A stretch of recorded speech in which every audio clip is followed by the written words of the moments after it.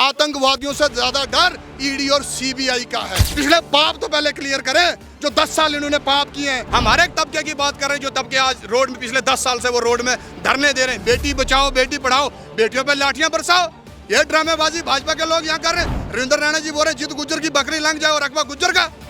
अरे क्यों गुजरों का बेवकूफ बना रहे हो? अब समझ के क्या रखा आप लोगों ने? जम्मू प्रोविंस के लोगों को, 10 डिस्ट्रिक्ट के लोगों को वोट बैंक समझा हुआ है इन लोगों ने। मैंने उनको चैलेंज किया कि मेरी जमीन है उसमें से गुज्जर की बकरी निकलवा दो और मेरा रकबा जो है गुज्जर का नाम कर दो, मैं सिर मुंडवा दूंगा, राजनीति छोड़ दूंगा।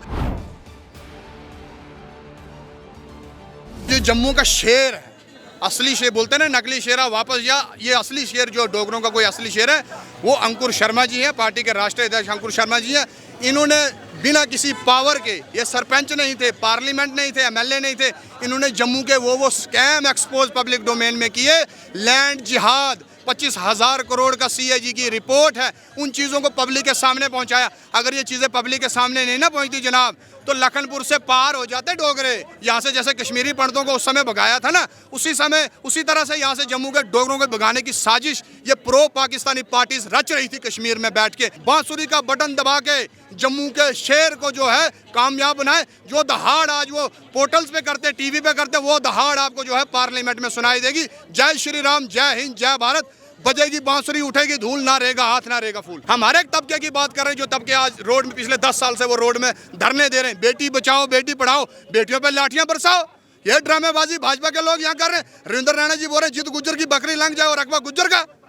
अरे क्यों गुजरों का बेवकूफ बना रहे हो? क्यों गुजरों को तुम लोग ऐसे ही तुमने सनातनियों को बेवकूफ बना के उनका वोट लिया और मैंने उनको चैलेंज किया कि मेरी जमीन है उसमें से गुज्जर की बकरी निकलवा दो और मेरा रकबा जो है गुज्जर का नाम कर दो, मैं सिर मुंडवा दूंगा, राजनीति छोड़ दूंगा, सनातन की बात करना छोड़ दूंगा। ये बेवकूफ मत गुज्जरों को भी तुम लोग बनाओ। ऐसे ही तुम लोगों ने सनातनियों को बेवकूफ बनाया और सनातनियों का वोट लेके आज तुम गुज्जरों को बेवकूफ बनाने की बात करते हो।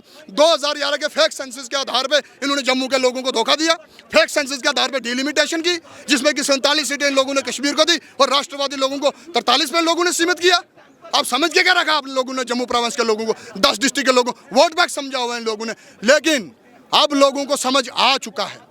काफी सारे लोग हमें इंटरनल सपोर्ट कर रहे हैं, भाजपा के, कांग्रेस के, जो बोल रहे हैं कि हम ओपन नहीं आ सकते।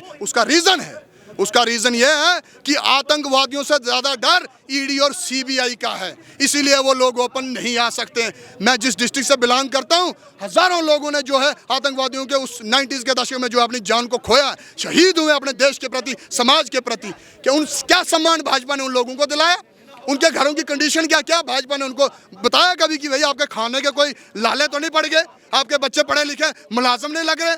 एक उम्मीद जगी थी 370 के बाद, और जिस समय 370 को हटाया इन लोगों ने क्रेडिट लिया। ये भी अंकुर शर्मा जी ने लड़ाई लड़ी है। आप लोगों को मैं आपके माध्यम से ये भी क्लियर करना चाहूँगा, जम्मू प्रोविंस के लोगों को, इन्होंने तो एजेंडा ऑफ अलायंस जो पीडीपी के साथ किया था उसमें क्लियर इन्होंने कहा था कि 370 हटाना तो दूर, हम बात भी नहीं करेंगे। लेकिन जब अंकुर शर्मा जी ने डंडा घुमाया ना, एकजुट जम्मू ने जब डंडा घुमाया ना, फिर जाके सरकार से भाग के इन लोगों ने 370 को हटाया। फिर एक उम्मीद जगी, ढोल नगाड़े बजे, जम्मू के लोगों ने मिठाइयाँ बांटी, कश्मीर के लोग बोल रहे थे, कश्मीर की प्रो पाकिस्तानी पार्टीज बोल रही थी खून की नदियाँ बहा देंगे।